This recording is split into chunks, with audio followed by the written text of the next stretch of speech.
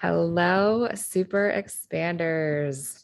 We have such a fun conversation ahead of us. I have sitting here with me really one of my first super expanders, Nick Pags. I want to introduce you to Nick Pags. He is such a beacon of light, so much energy. Seriously, if you could just like tap into his energy, bottle it and sell it, he would be a bazillionaire because he brings so much energy to every interaction, every conversation, everything that he does. He puts his whole heart and soul into it. So I absolutely cannot wait to share him with you.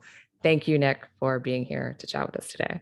I'm getting more giddy every second. We've been so like just jazzing it up before we got on the record, and I'm like fired up to be here. I'm grateful. It is so exciting that you're finally doing this. I know it's been a conversation for you for a long time, so thanks for letting me be a part of it.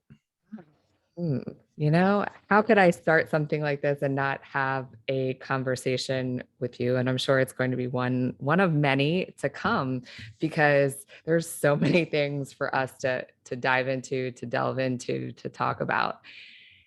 So I love to go deep, straight off of the cuff. There's just no messing around. We're going in. So what I would really love for you to do is, well, first, let me give a little bit of background. Nick and I joined a program of Nick's. It was a money mindset workshop. This was my first interaction in person. Although we'd been like similar circles for a little while, and that was my first time learning from him. He just brought so much wisdom to the conversation. I went on to join his first round of Project Limitless, which is a mindset community. It's a mindset program. I don't even have the full words to explain it. So at some point we're going to dive into that part. But before we do, I'd love for you to really share who you are to your core. Like, who is Nick Pags? It's so crazy how when you ask that question, like the first automatic response is me telling you about my job, like what I do. It's so crazy, and it's not who I am. Interestingly enough, I think my work really does embrace a lot of the man that I am and I'm trying to become. So that's a gift. I don't think a lot of people have the ability to say that. But in I guess the purest sense of that question, I think the fullest response would really be like, for lack of a better term, I am an expanding and evolving just ball of energy and growth. And I am consistently looking to, I guess, check in with who it is I want to become every day. And the coolest part about that is like, I give myself the freedom to, and I don't think I did in the beginning of my life. For the first, like my adolescent years and grown into my early 20s, I put so much pressure on who I have to be.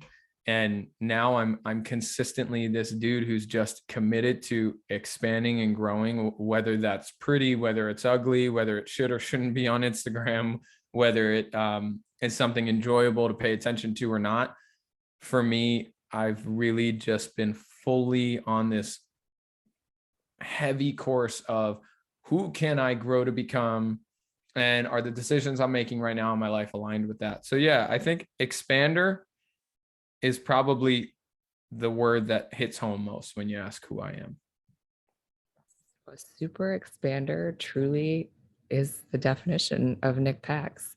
And then how lucky are we having this conversation on the Super Expander podcast? And it's true though, because if I think of who you are as a person, which I know that the grass does not grow under your feet, because you are improving, evolving, and bringing people along with you on the journey, which is really the definition, I believe, of a super expander. People who call others up into their excellence is that definition, and you embody that fully, which essentially that's what Project Limitless actually is about, right? So because my words were not as eloquent as they should have been in describing it, I'd love for you to kind of talk about it a little bit.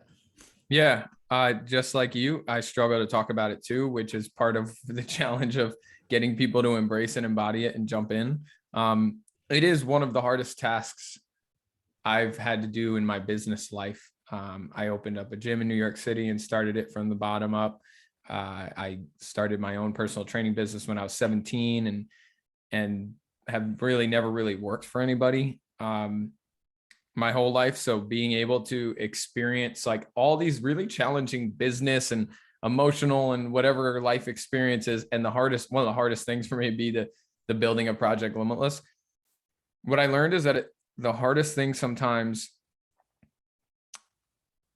it wasn't that there's so many people that would have told me like, dude, you should try something different because you're only getting X amount of people, or it only looks this way. And Project Limitless is an 8-week mindset coaching experience that allows the individuals within to look at themselves and check in on that bold question I said before: who is it that you want to be and what do you want to create for your life? And we spend 8 weeks diving into that question every day, multiple times a day.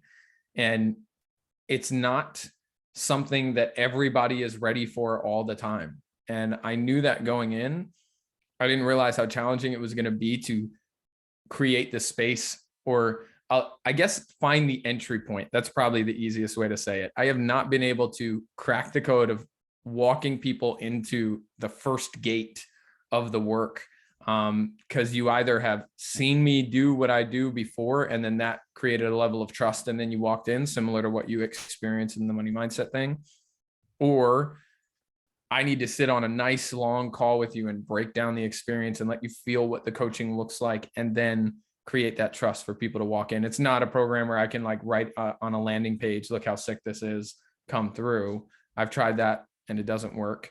So I think ultimately the best way to describe it is a group setting of individuals who are committed to transforming and expanding who they are and who they want to become. And we consistently hold you accountable to take action aligned with that person who you say you want to be. And we focus less on the doing, although we think when we're trying to change our lives, it's all about the doing. And we focus more on the being. Who is it that you want to be? And then that allows us to create action aligned with that beingness.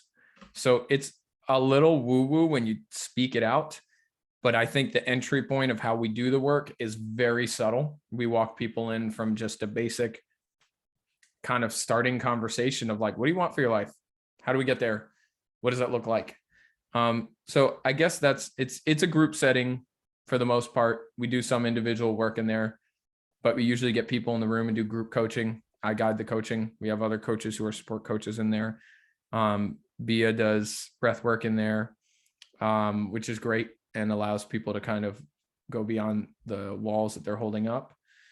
And I think that it's done some incredible work. We're about to start round 5 in a couple weeks, and it's done some amazing things and allowed people to really change their lives in big ways. So I'm super grateful for it.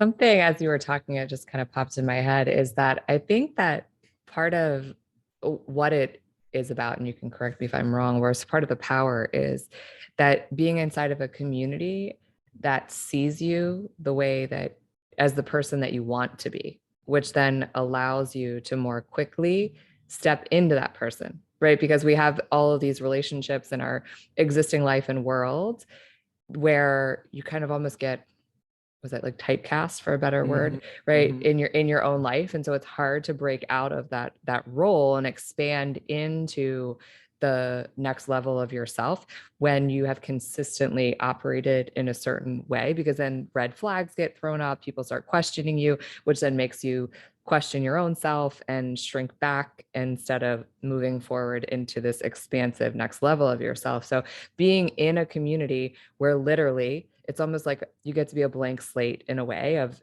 and you explain who it is that you're claiming it, and those people actually hold the vision of who that is for you, and through that community power allowing you to more quickly evolve into that person. I mean, that's it right there. And you said it so beautifully. I think that often what happens is that we say we want to transform and change in our lives. We want to be different. We want to do something different. But the interesting thing about us as humans is that we set up a life around how we see ourselves. So if you have seen yourself for a certain way for the last 20 years. You've set yourself up with people around you who see you in that way. You've set yourself with systems around you to be treated in that way. You've talked to your boss or had your boss treat you in a certain way, or you talk to your kids or your kids talk to you in a certain way as the person you have once been. So when you try and do something different or be something different, there's going to be resistance because you set up a life around the way you've been, not who you're becoming. And the crazy part about transformation is that it does create this maybe separation, not from you and those people, you and those things, but from who you've become to who you're becoming. And people maybe have loved who you've been. The people closest to you, like this is why, when you're doing this work, specifically with Project Limitless, I often will sit with people and like, I ask them, do you have a partner or somebody that you're in relationship with? And if it's not that, do you have parents that you live with or that you're close with, or are there roommates that you're super close with, or best friends that you spend a lot of time with? Perhaps we should be talking to them too about this step for you, because they also get to know that you're going to expand and grow and evolve. And if they don't, they're going to try and resist who you're becoming because it's not who you are. But isn't it crazy that when you're trying to become someone else and people keep treating you as you've been, there's going to be resistance. You want something different. You're acting and showing up different. That's a win. But the people in your corner will treat it like you're going crazy or something's wrong with you or you're not being yourself. Of course, I'm not being myself. I want to become someone different in a lot of ways. I can hold on to my core values. I can hold on to the man that I love myself to be and still expand to who I'm becoming. So I think that that's really a huge point, because when you get in a room of people that maybe you haven't had a relationship with before, or people who have never seen who you've been, it's like what my mom said when I went to high school from grammar school. I was walking into 9th grade and she dropped me off at the train. She said, I just want to remind you that as of today, you can decide to be someone different if you want to.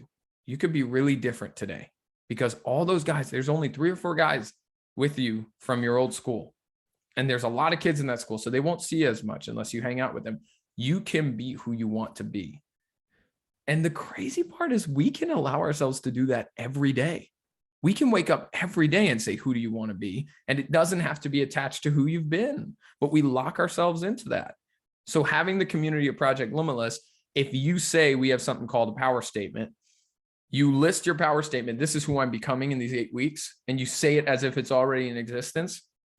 And everybody gets to see it. And the reason everybody gets to see it is because they then get to treat you not as who you are, but treat you as you're becoming. And when people start to treat you as you're becoming, then you start to become that. But if they treat you as you've been, you'll always be that way. Mic drop. I feel like that was a mic drop moment, and so damn powerful and so amazing. I feel like the idea of asking the question, who do I want to be today, really is something that each and every one of us should be asking ourselves before our feet hit the ground in the morning. Because if that is the one thing that's driving us, I mean, that's a real ripple effect that would happen in the world if we actively consciously enter our day as the person that we are becoming. And let that be the foundation of our decision making. That's the second part, right? Because everybody loves the idea of journaling on maybe who I want to be or what I want for my life or whatever. Sure, do that. But then the first thing you do is you go walk in the kitchen and you're like, I want to be a fit, healthy individual. And you go eat like a fat pancake and some sausage, egg, and cheese and whatever. And your decision's not aligned with who you say you want to become. So it's, yes, checking in, just like you're saying, Corey, like this is the man I want to be. I'm going to make that decision in the morning. I like to call them be, do, haves. This is something I learned from a mentor of mine. Allow yourself to list who is it that you want to be in the morning, and then let your to-be list run your to-do list. So you create a to-do list. Okay, I'm going to have a healthy breakfast. I'm going to go spend X amount of hours at work. I'm going to go for a run. I'm going to call my mom and tell her how much I love her. I'm going to, whatever those things are, the to-be list runs and generates the to-do list of your day. But most people have a to-do list, and then that creates who they're being for the day. So I have to go to work. I have to go for a walk. I have to go to the gym. And when they have that mindset of what they have to do, then they're like, all right, in order to do that, Like, I'm going to be cranky, I'm going to be pissed off, I'm going to be whatever, because I have to go do those things. So let your to-be list run your to-do list at the beginning of your day, and then actually do stuff that aligns with that. Don't just write it down and then pretend it's gone. I think one of the most powerful takeaways from going through Project Limitless. I have not forgotten that. And I think it's so easy to write the things in the journal and then it's kind of out of sight, out of mind. And yet we wonder, because we wrote the thing in the journal, why months, years later, it's still just words on paper and not the like physical manifestation of the life that we're living. But it's because we don't actually, from a state of awareness, choose. It's so huge. Somebody told me the other day, so this is a crazy statistic. We have learned more. I read this somewhere like a month ago, and I've been saying it on repeat. I think it's the coolest thing. We have learned more about the human brain and how it works in the last 25 years than we have in all of the history of mankind combined before that. Just think about that, like how long humans have been alive. We've learned more about this brain that's in our head in the last 25 years, like since I was born, than like, that's crazy to me. Yeah. We have such an advantage of information. And when we are learning so many things right now about how our brains work, about how our heads are, and we're not even close to really understanding what it's like to tap into that heart voice and energetics and how our body is energy and how that attracts things or retracts things and all that stuff. We're not even on the tip of the iceberg with that. But because of that, what we've learned, one of the things is that about 85%, I don't have the exact number, of our conversation in our head is subconscious. It's not things we're completely aware of or aware of at all. Like, it's in there, but it's not like you're saying, oh, this is happening right now, or, oh, this is what, like, you're not making a conscious decision to go say what you said to that person because of your trauma from when you were 6. You're not consciously doing that. That's a subconscious thing. But if 85% of our thoughts are surrounded around subconscious conversation, and we're not spending time asking what our belief systems and our stories about life are, don't you think you're leaving a lot of life up to, like, 85% of life, then 90% of life is left up to your subconscious that kind of just does whatever the hell it wants. So you can consciously say, oh, I want to show up this way. Oh, I want to feel really great. Oh, I want to have a healthy relationship. You know how many people tell me, Corey, that they want to have a healthy relationship, and then I ask them what they've done to generate that healthy relationship, and it's just a crock of shit. It's nothing. They're like, oh, I did this, I did that, blah, blah, blah, blah, blah. But ultimately, it's the things in between where you're making decisions that's aligned with your true subconscious desire, which is usually egoic around the needs for safety or comfort or control or needing to be right. We make decisions off of that way more than we make decisions off of our conscious bullshit story that we say we want. I want a healthy relationship. No, you want to be right, which is why you're arguing with your partner right now. Because if you really wanted a healthy relationship, you'd sit down, you'd say, let's talk about this. Here's where I'm coming from. Where are you coming from? I want to learn. That would be aligned with, I want a healthy relationship. But no, you're 90% of needing to be right that you grew up with because of mommy and daddy stuff. That's taking over the conversation. Yeah, it's powerful. It's so crazy. And your statistics there are right. I think it's 85 to 95%. It's somewhere in that realm. Like, our conscious mind only represents about 5% of that. And it's even more crazy when you think of the subconscious patterns, beliefs, and all of it came from the time we were 0 to 7 years old. So you essentially have a 7-year-old driving the bus of your brain. How wild is that? It's like what I'm dressed up as an adult. I'm showing up as an adult. But then when I face any type of adversity, circumstance, challenge, fear, and like whatever that natural stuff is that we all talk about every day, whenever that stuff comes up, immediately what fires up is 7-year-old Nick. And I now have a 7-year-old making life decisions for me. That's quite literally what's happening every day. And what this work that we're talking about in Project Limitless and this stuff, this type of heightened, we call it consciousness coaching, right? I'm a mindset coach, consciousness coach, whatever. I don't say consciousness coach because people get freaked out by that, but truly that's what it is. It's Yeah. heightening awareness and raising consciousness. The more consciousness you can generate to go from 85% to 80 to 75% to like, the more we can move in that direction, which is not happening in this lifetime, but we can start, the more we can have conscious control of how we show up and not be run by 7-year-old Nick anymore. I don't want to be making decisions of a 7-year-old about certain things in my life, because that 7-year-old's a whiny ass baby sometimes.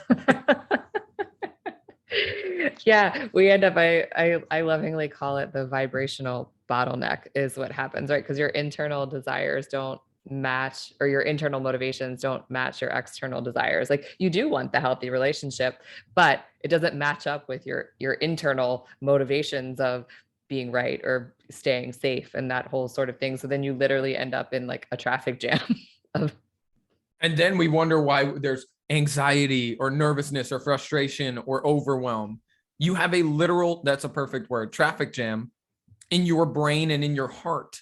Usually your heart is very clear on what it wants. Your head is trying to logically understand something that can't logically be understood. And then they're trying to meet each other and it becomes a collision right around where your eyes are. So it turns into tears. And then we're crying about what life is looking like, rather than just allowing ourselves to really tap into that heart voice and let the mind play with the heart voice and allow them to become one with each other, which is probably a deeper conversation, but it's, yeah, spot on, Corey. Oh my goodness. So this work that you do is like you're like light years ahead in terms of of emotional maturity and wisdom that you bring to your clients. So along the way, there had to have been some people in your life that really inspired you, that expanded you, that really pushed you to step into the man that you are today, sharing this wisdom, being a super expander for others. So who have your super expanders been?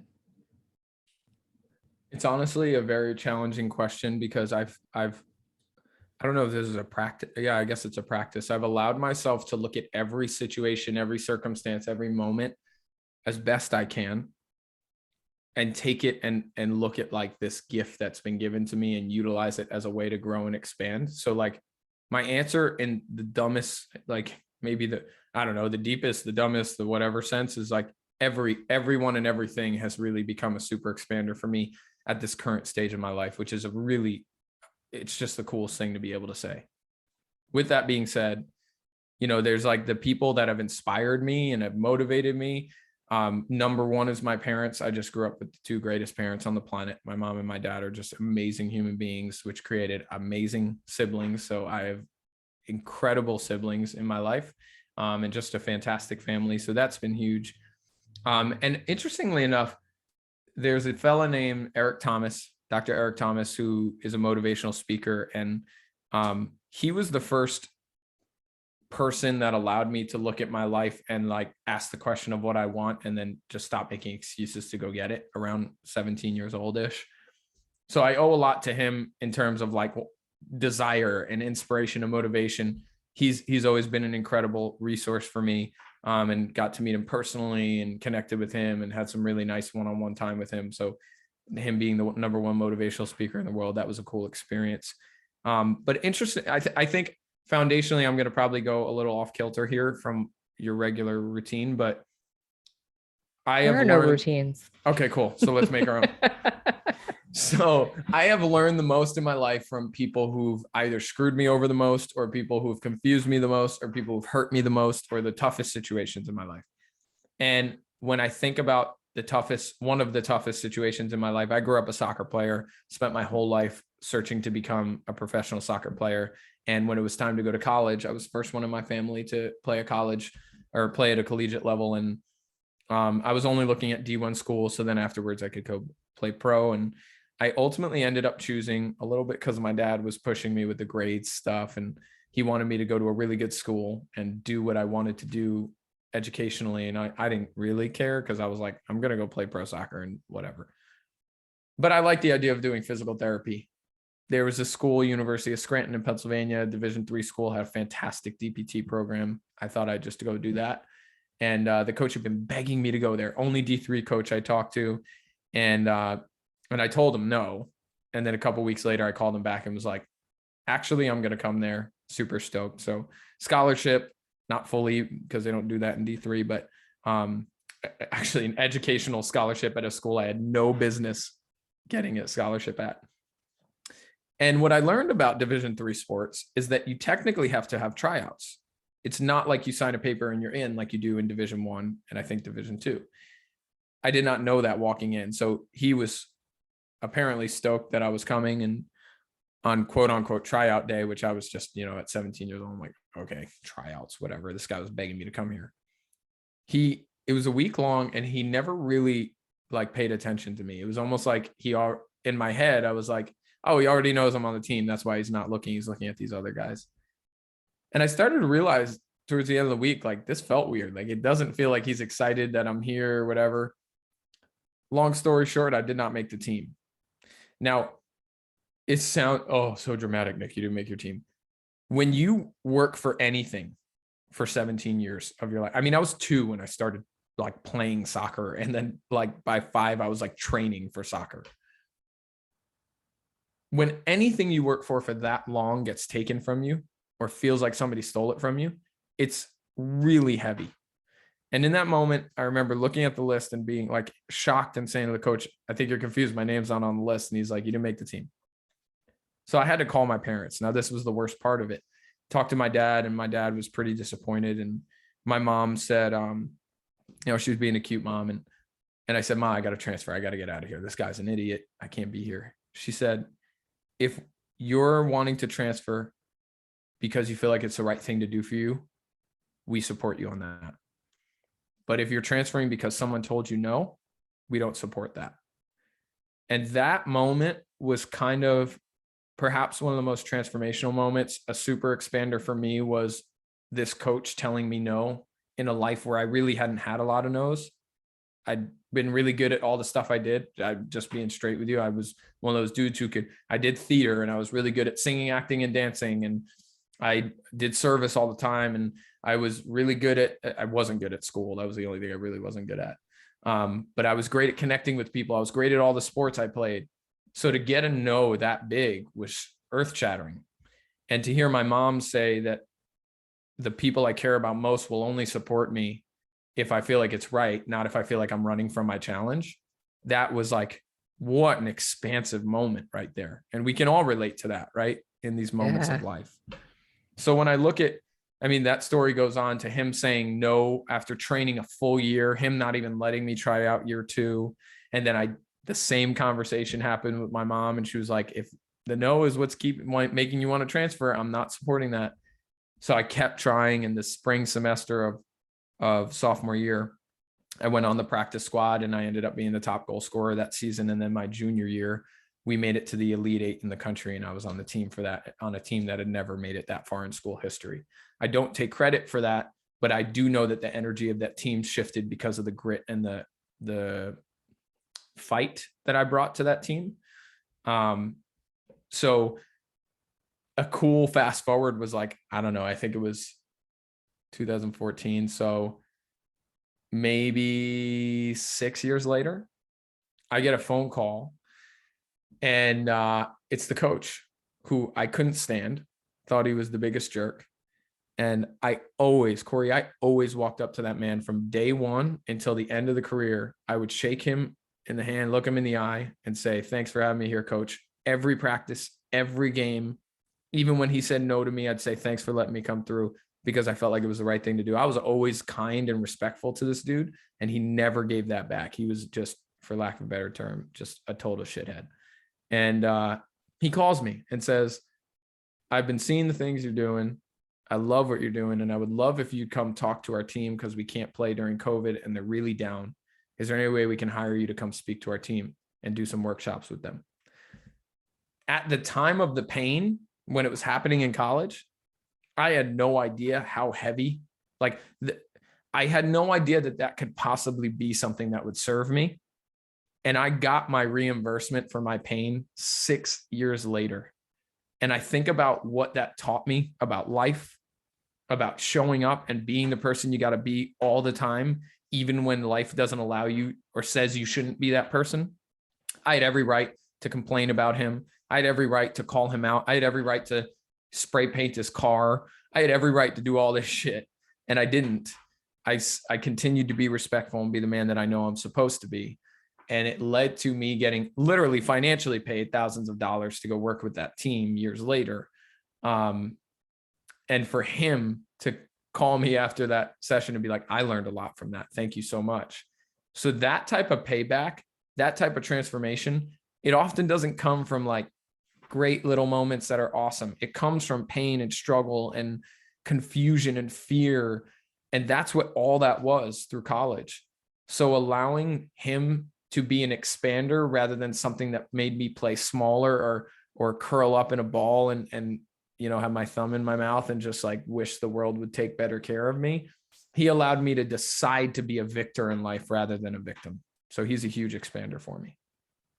I feel like that might be one of the most powerful stories that I have heard. I've not heard that story from you. And I feel like it lands so it really resonates on so many levels. I think for me, primarily because integrity is something that is, it's like, it's my top core value. Integrity, that and freedom are my top core value. And I think one, by living in integrity, we access freedom because you're not encumbered by the, I don't know, just showing up not as the person that you want to be. But so when I'm listening to you, part of what I'm wondering, your mom is just a total badass. I feel like I need to go hug her because to have articulated that to you so well and so powerfully was huge, because she could have jumped on the bandwagon and been like, yeah, F him, like this is, you know, and been in agreement with you. But she pushed you to see the opportunity, the obstacle being the way, coupled with the fact that your parents are the people that they are, and being an athlete, because I feel like one of the things I think that comes from being an athlete, because sports are truly metaphorical for life. Do you think that was like the reason that you were able to show up? Because what I'm hearing from you, and you say that you thanked him at the end. I mean, there was such a level of integrity and sportsmanship that came through on, like, in those interactions, even when he wasn't giving you what you desired. And that lesson of coming out is that nothing worth having is ever won without hard work and perseverance. Yeah, it's so interesting. I think my parents always made the most important thing being a good person. That's what my mom would always say, and my dad would always represent more than say. They're just, when I think of two people on this planet who they're overgivers in probably an unhealthy way, but they are committed more than anything to doing the right thing, which is integrity, right? When nobody's looking, mostly for other people and less for themselves, which is what I'm trying to work on. Like we take things from our parents and then we learn things from our parents, right? So we take some stuff that works and we try something new that didn't for them. Neither of them take great care of themselves. But damn, do they take care of others. And they just taught me always. So I'm committed in this lifetime, you know, to learn from that. I get to take care of myself too, and I can do both. But watching a master class every day, that is so crazy. My mom just called me right now. How wild is that? Oh my God. I haven't talked to her in days. That's crazy. Wow. Mom, I'll call you back. The watching a master class of people consistently showing up for others and doing the right thing was like, it kind of became ingrained. So I had a cheat code in life in a lot of ways. And I think this was no different. She was subtly asking me, and my mom's not like deep. My mom's very matter of fact. Like she comes from, my grandfather was a Marine. My grandmother was like a trailblazing beast, right? Her parents were just like very kind of, this is how it is. She's not some like motivational, inspirational, like crazy, but she has this beautiful wisdom to her that's so simplistic, and she'll just say it how it is. And she often, I think, which is magical, and parents out there, please embrace this. She gives me options, right? I have this gut instinct where if I'm about to do, to this day, I'm 29 years old, to this day, if I'm about to do something that I know my mom would be like, yo, that's not the right thing to do, I can't do it. It's not a guilt thing. It's not a blame thing. She ingrained in me that we get to look within and ask our gut and our heart, like, is this the right thing to do? You know, if it's the right thing to do or not. So I made this hashtag in high school and college, and I used it all the time. Hashtag, what would Janny say? My mom's name was Janny. And I was a goof at that time, but I really, in a lot of ways, embrace that mindset day to day. Like, if it's not your mom, like your mom or dad haven't been there for you in that way, it can be your God. It can be universe. It can be someone you've always looked up to as a mentor. It doesn't have to be mom or dad, but for me, my mom and dad both represented that, where I was able to say, is this the right thing right now? And I could feel it in my heart if it was the right play or not. So when she asked those questions, she wasn't just telling me, you need to go back to him and tell him that, you know, you really want this and that you didn't work hard enough and that you want a second chance. She didn't do that. She would just offer something. And offering, which is the style, you know this, Corey, about me. I don't coach from telling, right? These podcasts are fun because I get to talk and tell a lot.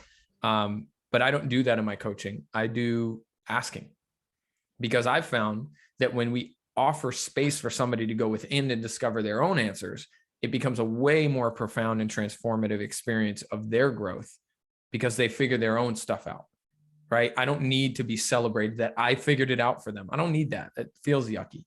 What feels great is allowing the space to let somebody discover what they need to discover. And my mom, in that moment, as she did many times throughout my life, and as my dad has done many times, asked the question of, who do you want to be? That's what she said. Do you want to go and be the guy who succumbs to this guy's no and then changes your whole life because someone said no to you? Or do you want to be the guy who shows up honorably and takes back what he knows is rightfully his? And damn, did I do that. I woke up, Corey, I was in college drinking, party until 1 a.m. I would wake up at 5 or 6 and go train outside. And I would be at the field and playing before the team played and made sure he sees me. And even when I got no the second time, I just keep doing it. That has not changed much in my life now. When I know that something is rightfully mine and I get to show up to it, I don't need anybody's approval, or I don't even need the leader to say, yes, you can. I just decide and then I make it happen. And I think I get a lot of that from my parents and their willingness to do less telling and more asking. So good. And there's so much power and potency in asking questions. I definitely fully agree with you that the best coaches, the best leaders listen more and ask better questions is really the how that goes. There's so many juicy things. We could just like take this off in so many different directions. I know that you're really a busy guy. So I basically what I'm doing here is making sure I can bring you back to have another conversation at another time. So this is selfishly me headed in the direction of landing the plane here, because we're just going to continue this conversation. So because that's the way I'm thinking, I'd love to know, if we're sitting here having a conversation a year from now, which we will be, what is the feeling that you're looking to achieve? Like, what is your North Star? Instead of focusing on like the big things that we want to create in life, what's the feeling that you want to achieve, you want to embody? I think what I've been working on most in my life is where I want to continue to go, which is learning how to truly surrender, trust, and lean in. Maybe the simpler way to say it is like, I want to constantly find ways to release resistance. So I have a firm belief that, I call it pizza, the power it be, God, Buddha, Allah, Jesus, universe, source energy, whatever you want to call it. I just call it pizza. It's the closest thing I know to a God. So Never gonna look at pizza the same way again. That's it. Welcome to the pizza party. So I really embrace this idea that pizza's always got my back. And the way that I see it is it's a very simple process. The things I want, the second I ask for them, like, yo, pizza, I really need this. I really need a car that I don't want to pay for, right? I really want this. I desire this. Desire is the better word. And when it's truly a desire thing, universe goes, cool, here, have it.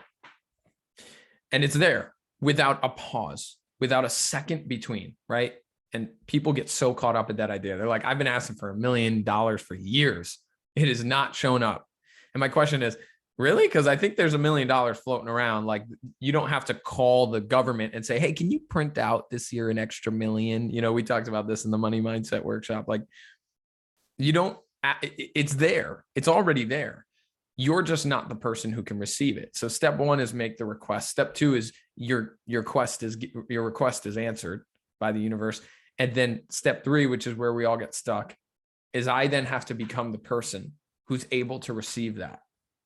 And it's like asking for a beautiful new couch, a big ass couch for your new apartment. And the dude says, we'll call the dude universe. Universe says, yeah, just come to my warehouse. You call, it's here. It's already here. Just come pick it up. So I drive over in my little Honda Civic and I get there and the guy's like, yo, I can't put this huge couch in your little Honda Civic. It doesn't fit. This is the mindset we work from on a regular basis. We're asking for things that we're not expanded to yet, that we need to be in the process of releasing the resistance. So what it would look like for me to show up is and get that couch is to bring a pickup truck that can fit it, right? Or a U-Haul. But you're driving a Honda Civic and asking this big couch to come in your Honda Civic, and it's never going to happen. It's never going to shrink down to the size of your Honda Civic. You need to expand up to the size of the couch if you want to be able to bring that couch home. So whatever it is you're asking for, you've got to release that resistance, right? So for me, my constant play the last few years has been how I'm not grinding and hustling anymore, right? This grind culture is so cool. It's like the cool kid in school that I always thought was just like the greatest thing to chase after. And like, they're never actually that cool at the end of the day. Like this grind hustle culture, I respect the hell out of it. And damn, like, you know, that's what my mentor, ET, I look at him and he's all about grind hustle. I have found personally, and this is just my new journey, I guess, I am way more impactful and I create such bigger things when it's not a resistant process. When I just release the resistance and open up space to attract, get on the frequency or the vibe or the whatever of the thing that I say I want. And when I do that, that's manifesting, right? It starts to literally show up in my life. When I manifest it internally, it becomes an external manifestation as a byproduct of that. So my commitment in the next year is, and beyond for the rest of my life, how can I continue to release resistance?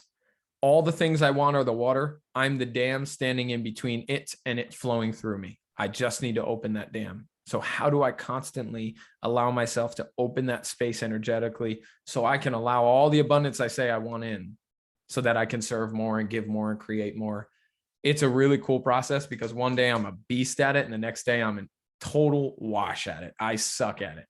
And it's a constant ongoing process.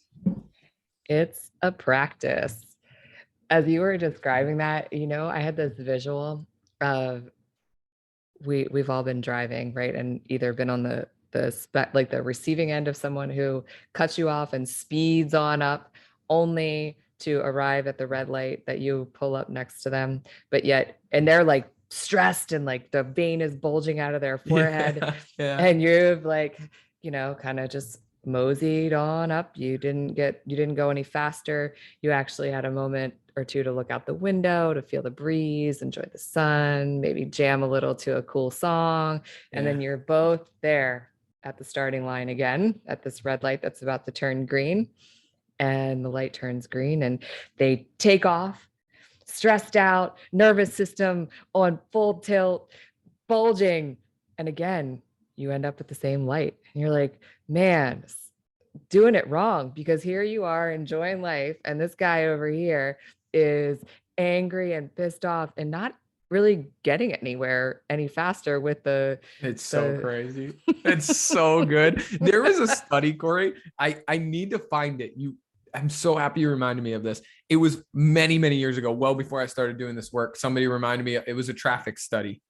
It was when I was like 16. Oh, I think my dad told me about it because he was telling me, like, I remember in traffic, I was going like in and out of traffic to try. I was like, I hate traffic. It's like loud gum chewing, traffic, and bullying are like the three things I just can't handle.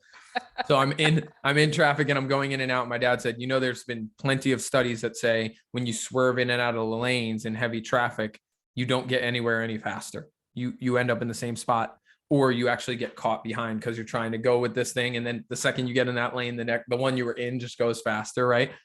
It is exactly that. Relax, stay in your lane and chill. Don't try and like press through everything and fight through everything and create all this resistance. Just chill. You'll get to where you got to go in the time that you're supposed to get there. Exactly. And put your favorite tunes on while you're at it and like Yeah, jam out a little. that's right. That's right. So good. Okay. So one last question. And of course, I mean, it's such a cliche question, but I still think that it's such a powerful question for people listening. If you could give yourself, your younger self, one nugget of wisdom, just one, not like a soliloquy, just a little nugget of wisdom, what would it be?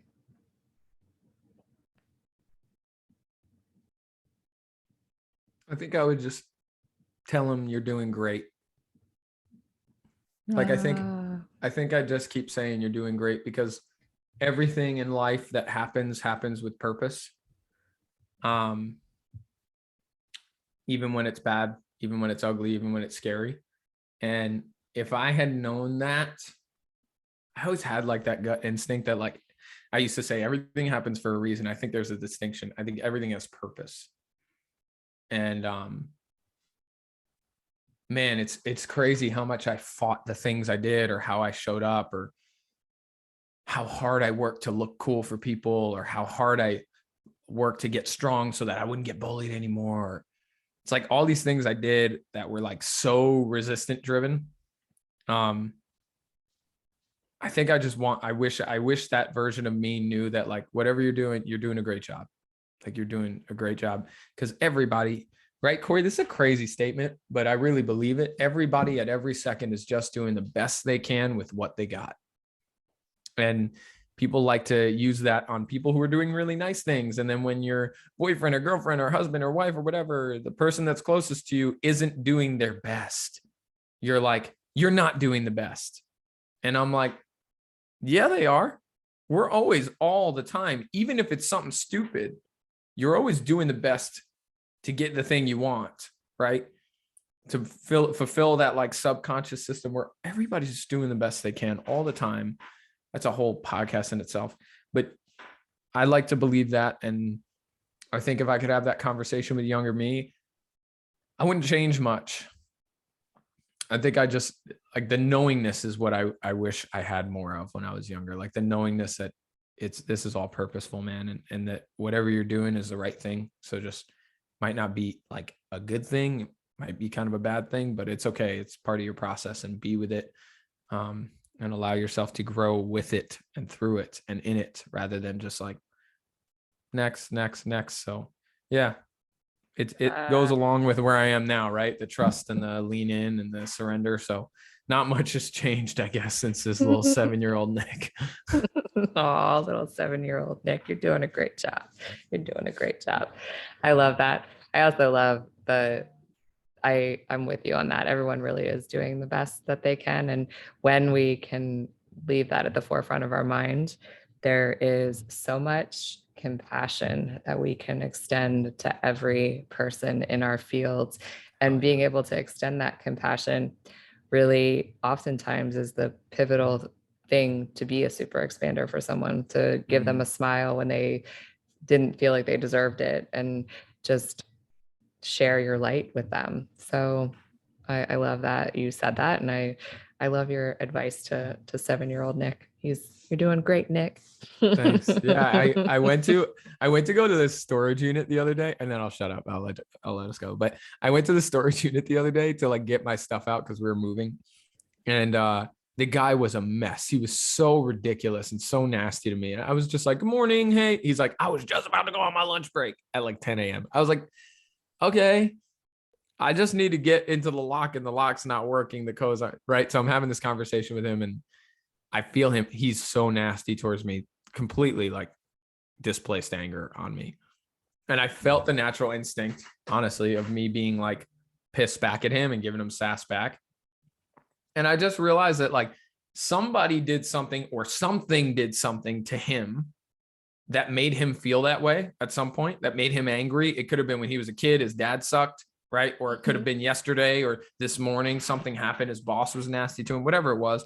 This dude is hurt enough to take out on a guy he's never met all this anger. And I was like, okay, so my response could be, you gave me that, I'll give you that. That's what it could look like. And ultimately, what would then happen? That would continue the train and the flow of all that, right? So like he's nasty to me, I then get nasty and angry at him. And then guess what happens to the guy that I see in the storage unit 5 minutes later? I'm going to be nasty at him, get out of my way, right? Or get in an argument with him because of that other guy. So you can be the guy that continues the process, or you can be kind of the, I guess the blockage or the interruption is a better word. Yeah. Right. So in that moment, I was the interruption and I was like, "Hey, I love your hat. Where did you get it?" I said some dumb stuff like that. I don't even know what I said. And he like pulled back. You could tell he was shook. He's like, "Wait a minute, I'm being angry. Why are you being nice?" You know, by the end, he's telling me about his wife and his situation and the COVID shot he chose not to get for X reasons. And he was like, "Oh man, have an amazing day." And he had this new energy. We just created a new train, a new momentum together, right? So you can be that. Why not be that?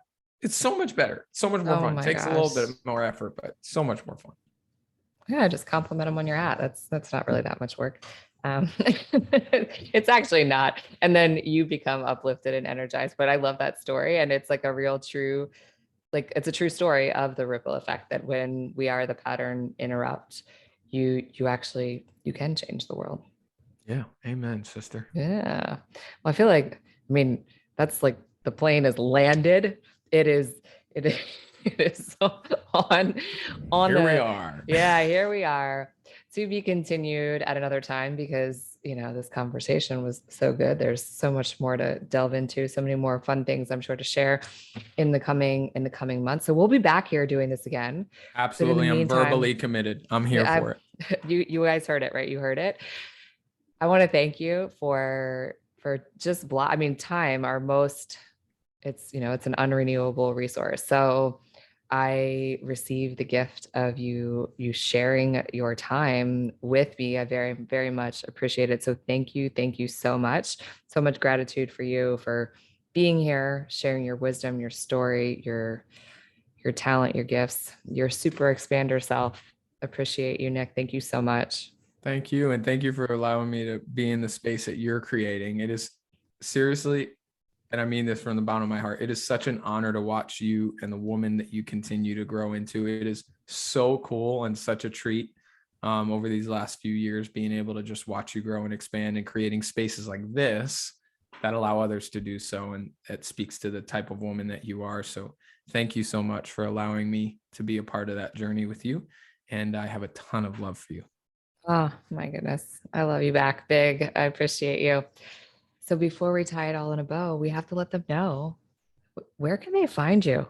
And I mean, I know after this, yeah, come over for dinner. Yeah, you can find me on Instagram at I am Nick Pags, NickPags. And then my email is also a place you can access me, nickpags at nickpagsllc.com. So you can always reach me in those two places. I'm pretty active on social, so you can always just shoot me a DM. I'm not one of those dudes that doesn't answer. I'll be there. So yeah, come through, connect with me. I'd love to learn more about you and maybe how I can support you. And if not, how we can just chat. Amazing. And of course, all of this, you guys know the drill. It'll be in the show notes. So you can easily slide on over into Nick's world, follow him, and send him a message. Say hello. Please do. Thank you. Thank you. I will catch you guys all on the next episode.